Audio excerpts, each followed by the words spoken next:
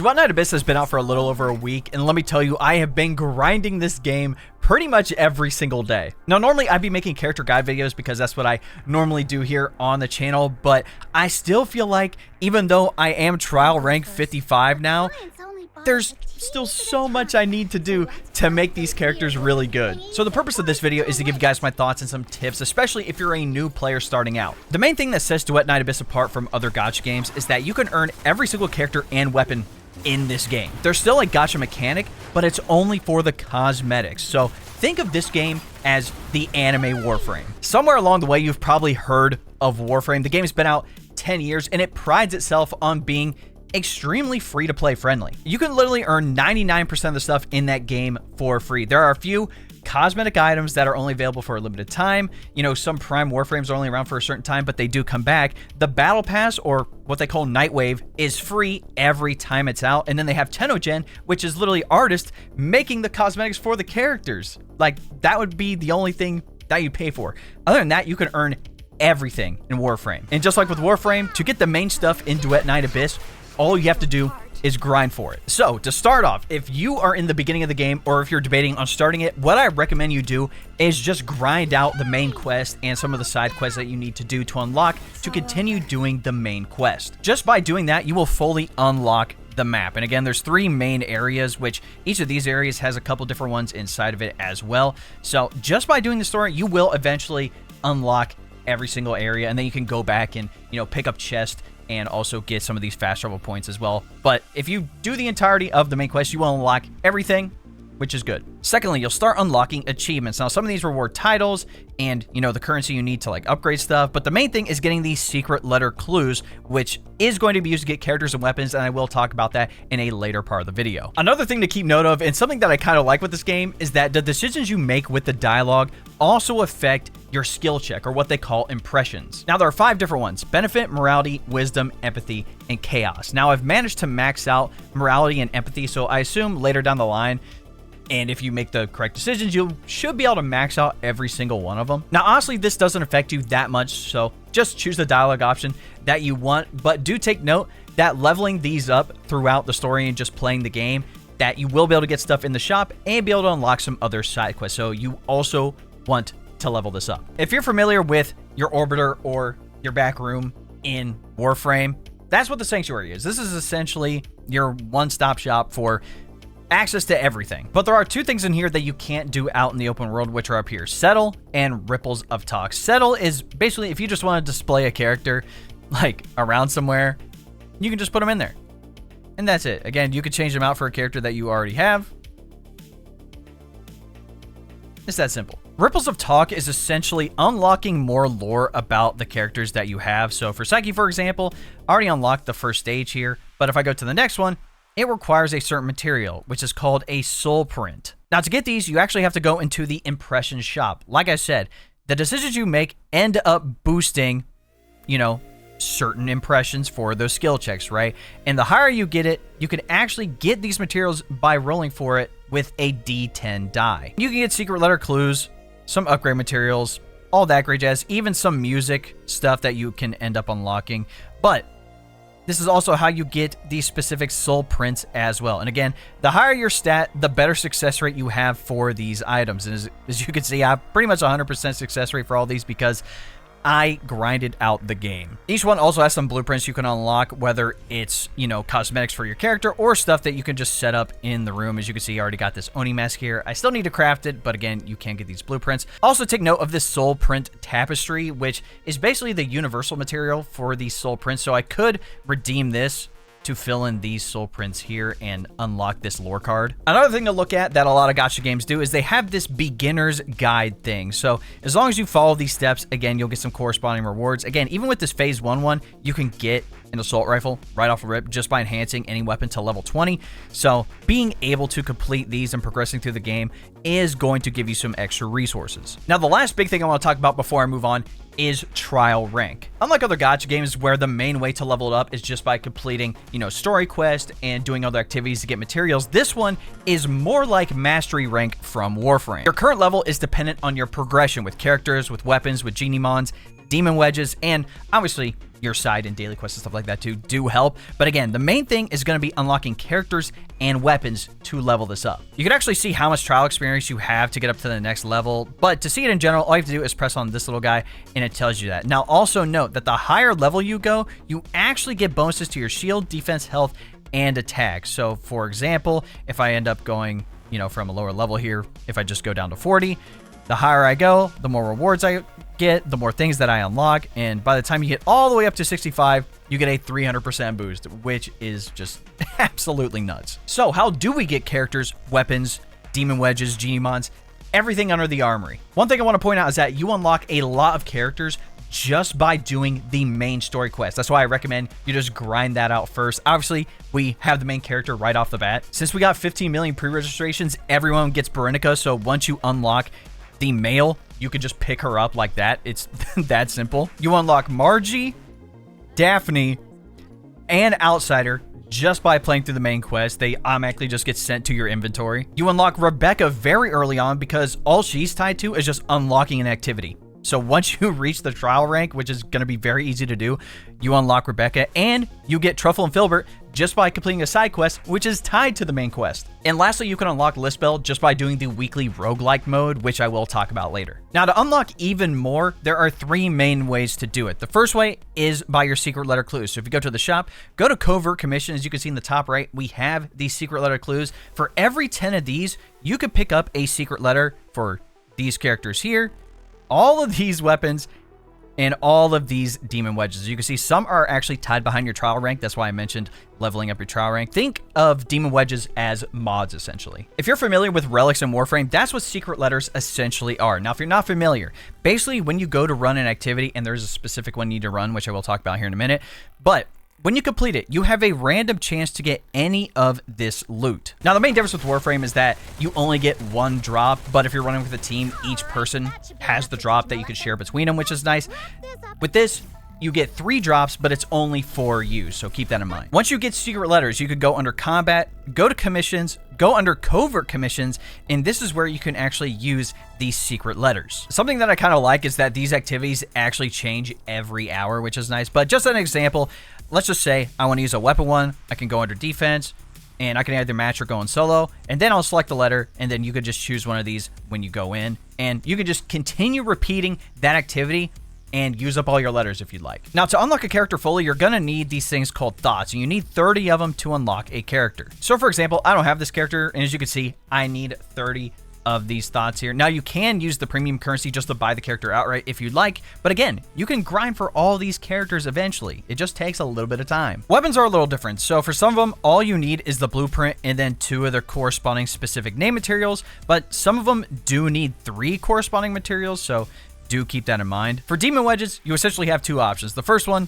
which is the main one you want, is the blueprint for that specific demon wedge. And again, I will talk about forging here in a bit, or you just get the material that you need to upgrade them. That's literally it. So the main thing would be getting the blueprints. The second way is by doing weekly boss fights. So go under combat and then go to Nocturnal Echoes. As you can see, each boss has specific secret letters for characters and weapons on top of a specific material that you're going to need for upgrading. Now, what's cool is that you actually unlock every single boss just by doing the main story quest, which means you can go back to that boss later and challenge them for these secret letters. So the character I have out right now, which is Rhythm, you can get at this boss just by facing it at level 50. Each level has its own secret letters, which can drop. I wish you could get more than just the one type. And then once you get the secret letters, all you have to do to use them is go to combat, commissions, covert commission, and do the things you need to do. The third way is specifically for new characters and weapons that come out. And again, every 28 days, we're going to get a new character and weapon. As we know right now, the new character out right now is Psyche, which again is also tied to the main story. But the way you get her and her weapon is through Immersive Theater. Now again, once the event duration is up, I believe Psyche and her weapon will go into the standard pool of characters right after, and then the new character and weapon will be put into Immersive Theater. But this is a very easy way to hyper focus on getting the secret letters for Psyche and also her weapon. I'm not sure how much this is going to change in the future. I'm just going to explain what the activity is right now. At first, it is quite easy, but you will eventually need 2 really good teams of 3. Each stage has 5 rounds, with the final round being the boss that's shown here, and essentially you just need to kill the enemies faster than the timer goes down. That's literally it. If you end up beating it, you'll get 5 out of 5 stars, and you can collect the rewards from this. Now, at first, it does start off easy here in Classic Repertoire. Again, the enemies are only level 20. It's not bad, but by the time you get to Act 7, the enemies are level 50, and there's also some buffs and debuffs that do take effect, so you're gonna have to keep that in mind. Now, the Classic Repertoire only rewards the secret letter clues, but it also rewards these ticket stubs, which can be used down here at Memento and exchanged for the weapon and some other materials, obviously. Once you get the featured repertoire, it's basically the same thing, except the enemies are harder, and you actually start getting these Psyche secret letter clues to drop from this. I was kind of struggling here on Act 3 in the beginning, but I did farm out some higher tier demon wedges to put on my characters, which helped out a lot. The Immortal Repertoire is basically the end game. Now, if you get lucky, you can get all 30 Psyche shards necessary just from those secret letters. I was at 28, so I needed to complete Act 1 and Act 2, so I could at least get 10 to get these 7 extra ones, and I finally did get Psyche after that. But the main point I'm trying to get across is that you're going to need 2 well-built teams of 3, so I wouldn't worry about trying to upgrade every single character right off the bat.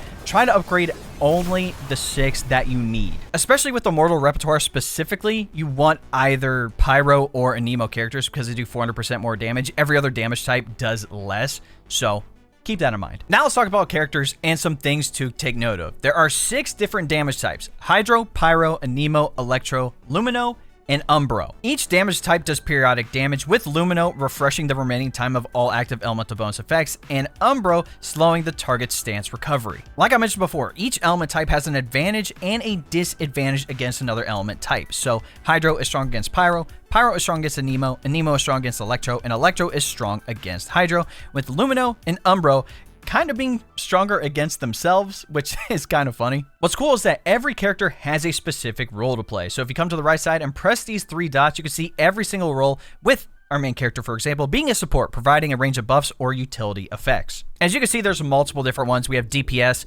Consonance weapon. Some characters actually wield a specific weapon with their kit, which is cool. I'll talk about that here in a minute. You know, focus on weapon damage, skill damage, summoning, crowd control, healing, shielding, sanity recovery, which is essentially your energy. Again, I'll talk about here in a minute. And then characters that scale off of HP, defense, and then also sanity. You can also see a character stats on the right side here. And what's cool is that they actually highlight the stats you need to focus on when making a character better. As you can see, every single character has different highlighted stats. I like this a lot. This is something that a lot of games have eventually implemented into their game, but they did it very early on with DUET Night ABYSS, which helps me out so much. Now, most of these stats are pretty self-explanatory. The 3 I do want to describe to you a little bit is weapon, morale, and resolve. With morale and resolve in particular, basically morale is that the higher HP you have, the higher damage dealt, and resolve is the lower HP you have, the higher damage dealt. So some characters want to focus on being an absolute tank,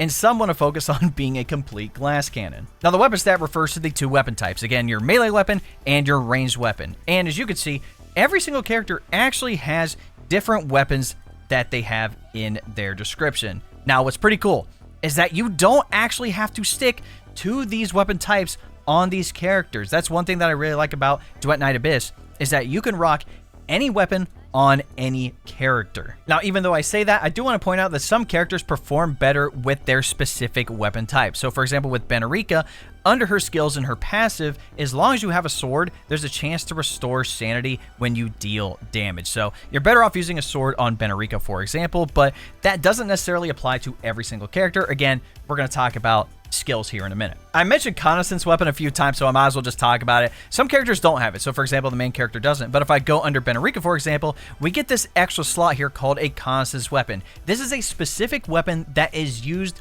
during one of their skills. Take note that Consonance weapons fall under a specific weapon type and also have highlighted stats. So Benerica Zamir is a sword, but if I switch over to Lynn, for example, and go to her weapon, it is Hansel and Gretel dual pistols with its specific highlighted stats. And I could go to Lizbel, for example, go to her Consonance weapon, and it's a great sword. Now, coming back to characters, you have 3 skills: your main skill, your ultimate, and then your passive. Both your skill and your ultimate eat up what's called sanity, and again, that is the amount of energy it costs to use the skill. So if you don't have the energy for it, you cannot use the skill, and the passive is just a buff that occurs with the character. Upgrading these skills will unlock these extra nodes, which do give you some stat bonuses, but with your passive, you get some sort of extra effect with the first one, and the second one allows for this effect when they're deployed as a combat partner, which is really cool. So before hopping into an activity, you can go up to the top right here and press on team. You can actually set up an entire team loadout. So you can have your main person that you're going to use with your melee ranged weapon and your Geniemon. Again, I'll talk about those in a minute. And then you can have your extra combat partners with whatever weapons you want on them. So instead of me just going into this mission solo, which would just be the normal thing, I can have these preset team loadouts, so I can just press on one, have both of my combat partners in there when I go in solo, and have them with me the entire time. And again, these can be opened up in the open world, which is cool. So if you come to the top right and press on Tactical Backpack, this is where you can actually set up certain items in your inventory, whether in the open world or in an activity. Now, since you can have preset teams when going into a commission, in the open world, you can actually just put on characters here and summon them, which is really cool. Obviously, you can have some emotes as well. So if I press on my Tactical Backpack wheel, I can actually just summon these characters out in the open world. You can only do 2 at a time. You can't summon like, 8 to 10 of them. It's only 2. And again, if you're matchmaking with people and you're with your team and they join in later, again, these members will eventually go away. So do keep that in mind. You can also use emotes out here too, which is just hilarious. In any event, coming back to the skills, each one does something different. Again, it actually gives you a description on what it does. So for example, our main character's skill does damage, and the ultimate is actually a buff that is applied. But if we come over to Lynn here, again, our skill here is a damage skill, and then our buff is actually her using her Consonance weapon in her ultimate. Lynn is essentially Mesa from Warframe, and they do take heavy inspiration from Warframe, like Benerica, for example. Again, damage and buff. Again, she does damage with her sword here, and then her buff is actually pulling out the sword at Mir and launching it out. This is literally the Exalted Blade from Excalibur in Warframe. And to show some variety with Rebecca, she has summon and damage. With Daphne, for example, we have healing and buff. Again, each character has different stuff with their skills. So again, be sure to read through them. If you want me to make guides on characters, definitely let me know in the comments, because I'm grinding the crap out of this game. The next thing I want to talk about is Introns. Now, even though this game is heavily like Warframe, we still have the gacha game aspect of getting multiple characters to get more bonuses for them. Now, the good thing with the main character, all you have to do to get I3 is just complete the main quest. That's literally it. And for after that, for the main character, I assume we're gonna have to do more of the story, but for other characters, all you need to do is get more of their thought chips. Again, all you need is 30 to unlock even more of these. So if you want to hyper focus on a specific character and make them extremely strong, you can do that here. And the last thing I'll talk about on characters is cosmetics. Now, again, the way DUET Night ABYSS plans on making their money is with cosmetics and skins and whatnot, not through like the typical gacha stuff. And again, I will talk about that later in the video, but I just want to point out a couple of the things that you can put on your character. For example, you can have an entirely different outfit. There's a Santa outfit right now for every single character type, which, is pretty interesting. And for other accessories, you can have like a head item. You can have something on your face, including glasses, an eye band and whatnot. You can have a little thing on your belt here. You can have a different cape. Again, I got these wings from the shop, but the MC cape still looks pretty cool. And again, they also have like different downed effects you can have. They have different teleport effects. You can actually have some walking effects like ephemera in Warframe. Even the aura around you, which again is pretty much ephemera. You can add all these things if you'd like. Like I mentioned, there are 2 weapon categories. First up, talking about melee weapons. There are 6 different types of melee weapons. We have swords, we have pole arms, we have katanas, we have great swords, and we have daggers and a whip sword. For our ranged weapon types, we have 6 of them. Assault rifle, bows, shotguns, dual pistols, which is different from solo pistols, so do keep that in mind. And then we also have grenade launchers. Now, to increase stats on characters, melee weapons, ranged weapons, and even Consonance weapons, we need to talk about demon wedges. Like I mentioned before, if you're familiar with Warframe mods, demon wedges are essentially mods on your character. Again, specific mods are better for certain characters depending on what stats you want to upgrade to make that character better. But there's also mods that also specifically upgrade a damage type. So for example, this one I have here upgrades pyro damage. So I wouldn't want to put this on a character that's not pyro. And then also take note that there are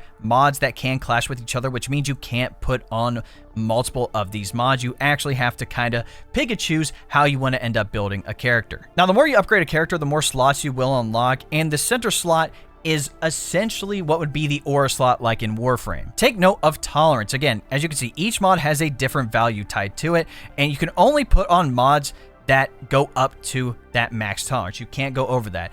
And the middle mod here is important because this actually does help increase the amount of tolerance that you have. So do keep that in mind. The demon wedges themselves do fall under different categories, like you have your character ones, you have your Consonance weapon ones, for example. Again, with Lynn, these are ranged weapon Consonance ones. So if I go over to Benerica, for example, go to her Consonance weapon, which is a sword, there are different ones for that as well. And again, melee weapons have their own specific ones. Ranged weapons have their own specific ones. Another thing similar to Warframe is that each mod has a certain polarity type, or what they call a slot track. Now, what's cool is that you can actually come under this adjust slot track, and if you have what's called a track shift module for characters or a weapon track shift module, you can actually apply this certain basically polarity to this slot and reduce the cost of the mod. So for example, my highest mod that I have right now is this one that's 16 with this circle. All I have to do is press on it, press on the circle, and then I can apply the track shift module to it. It's literally that simple.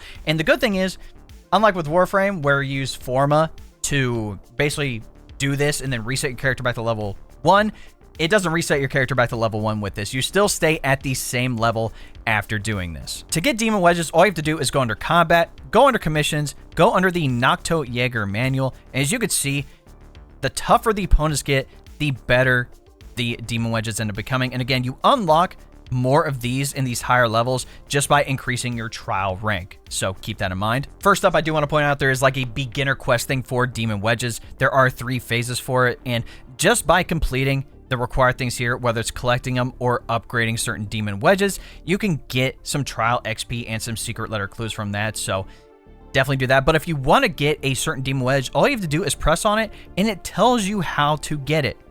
It's literally that simple. If you want to see the entire display of demon wedges, you could find it here. And again, they have it for characters, melee weapons, ranged weapons, and even melee connaissance and ranged connaissance weapons. As you can see, the more you scroll down, the higher tier the demon wedges end up becoming. And like I said, all you have to do to figure out how to get these is literally just press on it and it tells you what activity you need to do. Now again, for these higher tier ones, these gold ones, you typically have to forge them, which means you need to get a lot of copies of these lower tier ones. Typically it's around 5, so do keep that in mind. I'll talk about forging here in a minute. The other thing that I like is that they have this tab here called Matching Tips, which tells you the demon wedges you want to use on all the characters that you own, including the melee and ranged weapons that you already have, which means you can go out and farm for these specific demon wedges to make these specific weapons and characters even better. Now, coming back to the armory one last time, the final thing I need to talk about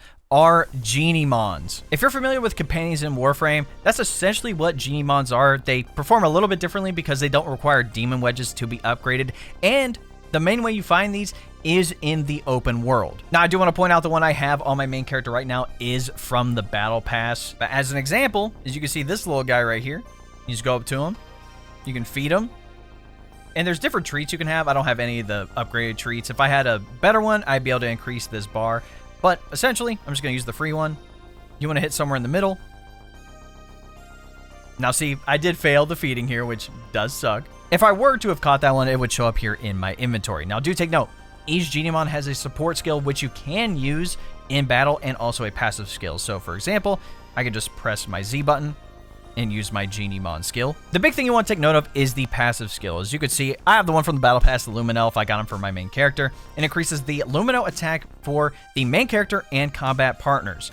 So again, my main character is Lumino damage, so having that free boost is nice. And again, every single Geniemon does a different one. So again, I'd want to use this guy for Pyro characters, this guy for Electro, this guy for Pyro, this guy for Hydro, this guy for Umbro, and then some of them actually have other skills that allow for less damage taken, increased jump speed. all that great jazz. Unlike the Battle Pass one that I have, which has all these slots unlocked, the regular ones you earn out in the real world will have these slots locked. Now, to unlock these, first up, you're going to have to upgrade the character to its max level, and then you're going to have to upgrade its stages. You can see you actually have some of these other ones at stage 1, and I have this little guy at stage 2. So again, the higher stage you unlock, you actually unlock these nodes here. Now, the reason this is important is because these nodes allow you to put traits on your Geniemon, and the way you unlock these is through this tab up here, the inactive Geniemon. Now, when you go out to capture Geniemon, sometimes they will be inactive Geniemon, and each one actually comes with its own bonus. So, for example, this one has a 5% experience gained when defeating enemies. So to add a trait, all you have to do is press on the plus sign, select a Geniemon that you want to merge. I'll just do it as an example. I'll use this one, confirm, and then I'll unlock the trait. And it's literally as simple as that. There are a variety of traits that Geniemons can have, including like increased HP, increased jump speed, or you can have stuff like the quick crack mechanism, which lets you unlock the thing you do for missions instantly instead of having to do the entire puzzle. I forgot to mention it, but there are different tiers of them. Again, the one from the Battle Pass is a gold one. Again, this one's a little blue one, as you can see, has the ring around the level, it's blue. This one is the purple level. And again, the higher tier of Geniemon you have, typically the better they are in regards to the buffs that they give. Now, let's talk about combat and farming. Again, like I mentioned in the beginning, there is an open world in this, and there are chests and stuff that you can find. For example, I haven't done this one yet, so I could just go over here and fight these guys to unlock this chest. It's literally that simple. That guy just fell off the map there. But again, there are plenty of areas and maps you can explore to unlock, you know, chests, some other areas. And again, unlocking chests also gives you, more trial experience for your rank, which again is going to help out a lot. You'll find Geniemon, some side quests and whatnot. It helps. But the main way you're going to farm for materials and whatnot to upgrade your characters and your weapons is by going under combat and just going under commissions. There are a variety of commission types. So for the regular coin currency, you can do excavation, which this little infinity thing means you can just do it forever. So after every round, you can just keep going, which is really nice. You do get scaling rewards, so keep that in mind. But essentially, you protect the excavator, put some batteries into it, let it complete, and you're good to go. For the character experience materials, all you have to do is hedge, which is literally you defeating targets in a certain area and collecting serum, and that's literally it. For weapon XP, you have termination, which is literally just taking out enemies. It's basically extermination like in Warframe. You just take them out. For the character ascension materials, you get to do exploration, which is similar to hedge, but instead of you staying in one spot, you actually go out and explore and turn on the serum things, and certain enemies will drop more serum, but again, it's quite easy. It's basically termination with an extra step. For your weapon ascension materials, you do mediation, which is you going in and destroying this thing called the finale flare. And if you want to make it easier, there's certain mini bosses that you can take out. Essentially, they're Xmas enemies. They do have Xmas enemies in this game, like with Warframe, which, again, the comparisons are, they're really close. But yeah, this one's pretty simple. You go in, it's basically sabotage. You go in, destroy a thing, and you leave. Coming back to Demon Wedges again, to get certain ones, you have to do what's called expulsion, which is essentially extermination. Again, you just go in, you defeat a bunch of targets. For the Demon Wedge leveling material, you get to do escort, which is essentially rescue. You go in, you unlock a cell, and then you take a guy to the exit. It's that simple. For the skill upgrades, you get to do capture. Same thing as Warframe. You go in, you take down the guy, you capture him, and then you extract. For the skill upgrade materials, it's defense. Literally sit there, guard the thing, take out enemies. You can go in an infinite amount of rounds for scaling rewards if you'd like. And then for the forge materials, again, I've said forge a couple of times here, but for those specific materials, you get to do what's called relocation. Again, you have to sacrifice your shield to charge up a car and take it to a certain location. Again, all these activities are basically Warframe activities. Now, for the other commission types, we already talked about the Nocto Jaeger Manual, which is for Demon Wedges, Covert commissions, which is for those secret letters to get, you know, characters' weapons in certain Demon Wedges.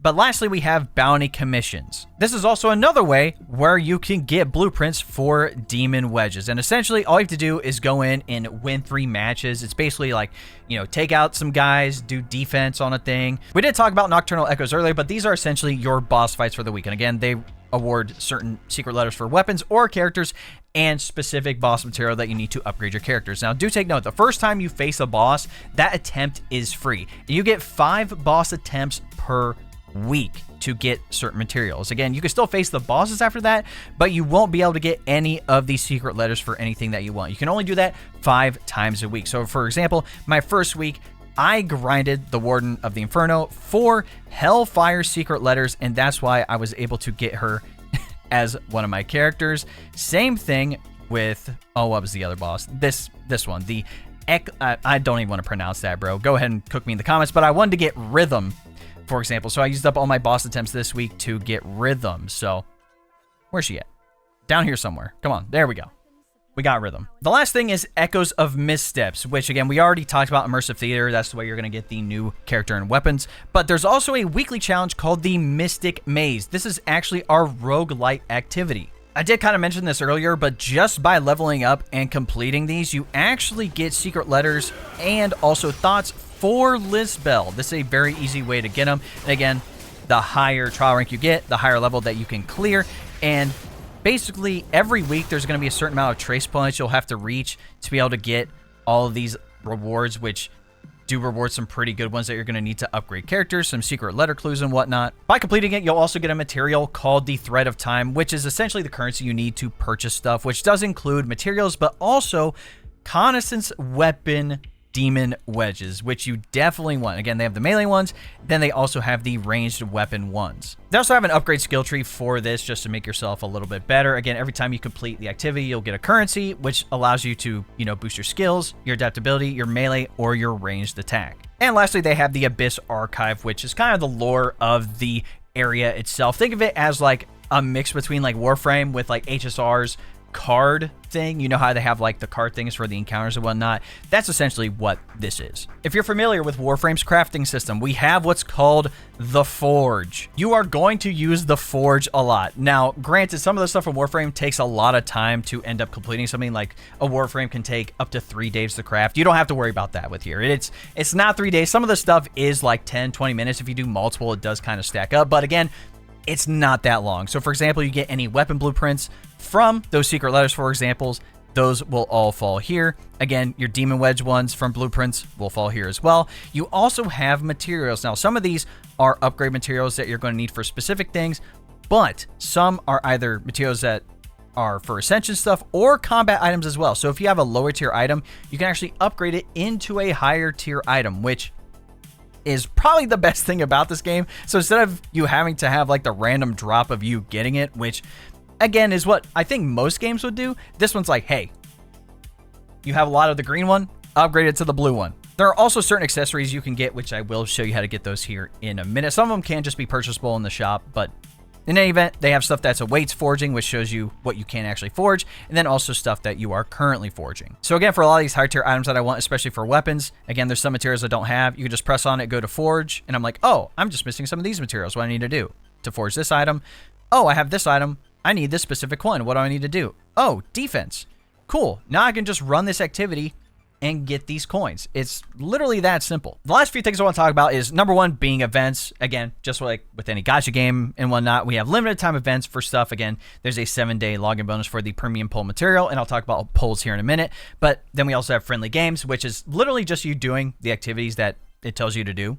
It's actually quite simple, and you get some really good rewards, including stuff you're going to need to upgrade character skills and the track shift modules as well. You can actually test out all of these skins for Psyche, Rebecca, and Truffle and Filbert. And again, I'll talk about how to get these skins through the polls here in a minute.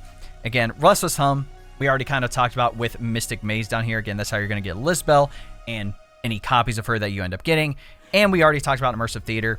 These will eventually fill out with more events in, future updates, throughout the entirety of the update, etc., etc. Now, the big ticket item that everyone wants to talk about, which is how do we do polls? Well, you have to go under what's called Myriad here, and you have two options. First up, we can talk about the event exclusive, which is specifically for the new character and their weapon. Now, you're going to need the premium pull material, which is the Prismatic Hourglass. And again, the more pulls that you do with this, you actually get what's called these time-limited versions of them. Again, I do believe they run out by the time the banner is over. So you definitely want to use them on that specific character. And you can also use the premium pull material, the Foxine Plume.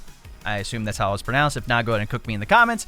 But again, that's how you pull it. And if you want to see what you get, just go under details. Again, you can see the character skin, and all the other things you can get with it. One of the drops is what's called the iridescent prism. If you actually go down to the bottom left here where it says prism exchange, you can actually exchange it for any of these items in here, which includes anything from the character and weapon skins to certain emotes like this car, for example. It's utterly ridiculous. You know, items like the walking thing that we talked about, other facial items, you know, recoloring things. Again, you can recolor certain skins in this game. You can't recolor the base skins, unfortunately. They even have like weapon accessories too.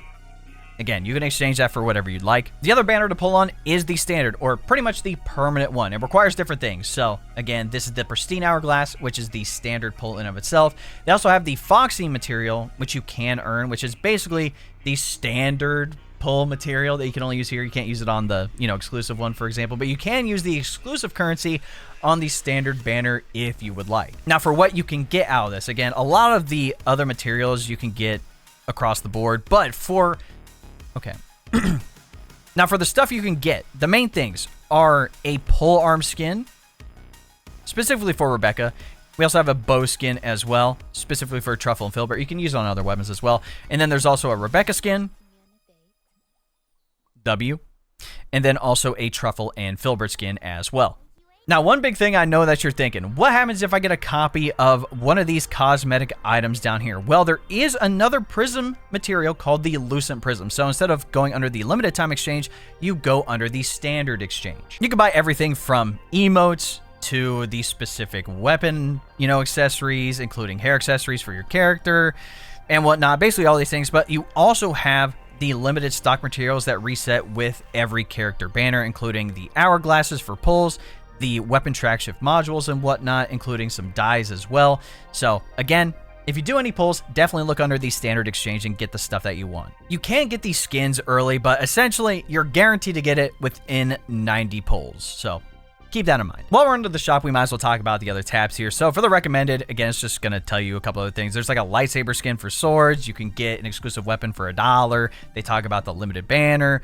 They also have like the daily login thing, which you can get, again, just like with a lot of other gacha games. You can actually get the in-game material just by logging in every day. They have a variety of gift bundles, which you can just buy outright, or you have to use the exclusive material to get them. Again, I don't recommend doing it.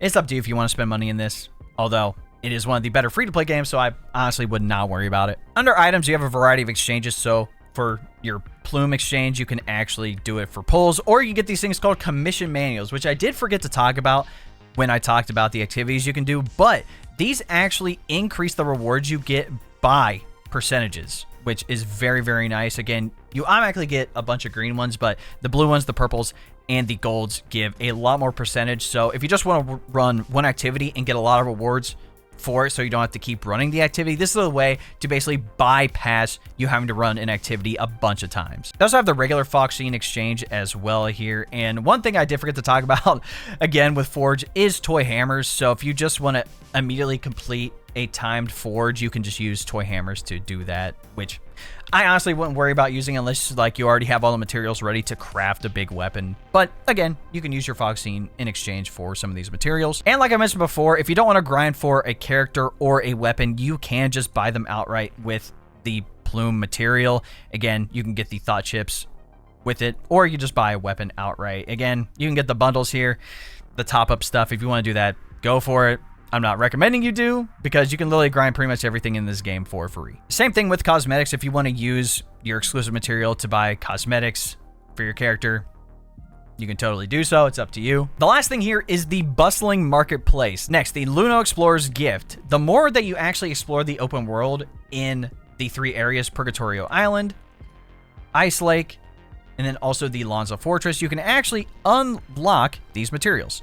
It's literally quite that simple. You just explore around the map and you will find these like little things that are glowing in the air.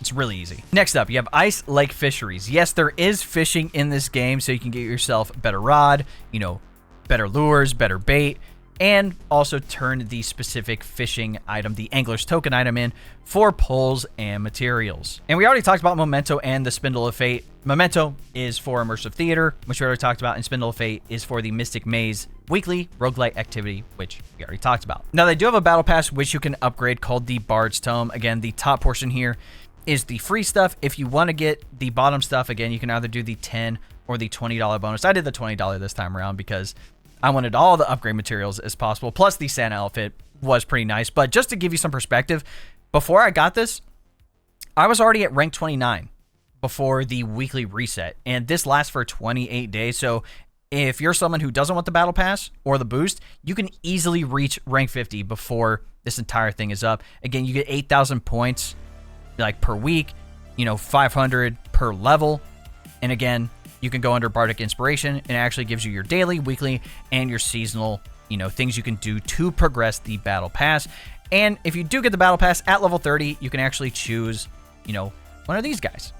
And again, I chose Luminel for my, main character. But again, they have basically one for each element you can choose from. But that, ladies and gentlemen, are my thoughts and basically just some beginner tips for Duet Night Abyss. I know that there's a lot going on with this game, especially if you're just trying to grind it out real fast. You're going to unlock a bunch of stuff right off the bat. So I'm hoping that some of the tips that I gave you, gives you some insight when you go into starting to grind the game. So either you're not wasting upgrade materials or wasting time on upgrading characters that you don't actually want to upgrade. But if there's something that I didn't mention, definitely let me know in the comments. Again, we're here to try to help. Again, I have like this mini script in front of me, and I didn't want to go too in depth, especially with like character skills and whatnot, because I could save those for, other character guides. If I were to do that, the video would be 10 times as long. But in any event, if this video helped you at all, be sure to drop a like on it, subscribe to the channel, and turn on that bell next to notifications so you don't miss out on any other videos we have coming out here on the channel. If you want to tune in any live streams, we go live here on YouTube and then also on Twitch and TikTok. I'll put those links in the description. Again, we're mostly playing, things like Wuthering Waves, Zenless Zone Zero, Duet Night Abyss, Warframe, tossing in some Destiny 2, and some other new games in there as well. If you want to join my community, hop in my Discord. I have a Duet Night Abyss channel where people are flexing all the things that they got. I have a buddy who already has Benerica I6 with really maxed out weapons. It's quite ridiculous. So if you want to flex, come in and join the Discord. We're also talking about other games, anime, and tech as well. Lastly, if you want to support the channel even more, you can look into becoming a member. Now, if you don't know what a membership is, it's essentially like a Twitch subscription, even though it's cheaper here on YouTube because you can actually dictate the price, which I like. In any event, you'll get access to exclusive emotes, the monthly badges, and the big thing, which is access to all of my long-form videos early. So if you'd like more info, all you have to do is press the join button next subscribe, and that'll give you a rundown with all the details you need. All right, ladies and gentlemen, it's been your boy. We'll catch you in the next video. I know what you wish to ask, but you're not yet strong enough to warrant my response. So, lay down your weapon. That's the kindest advice I can offer.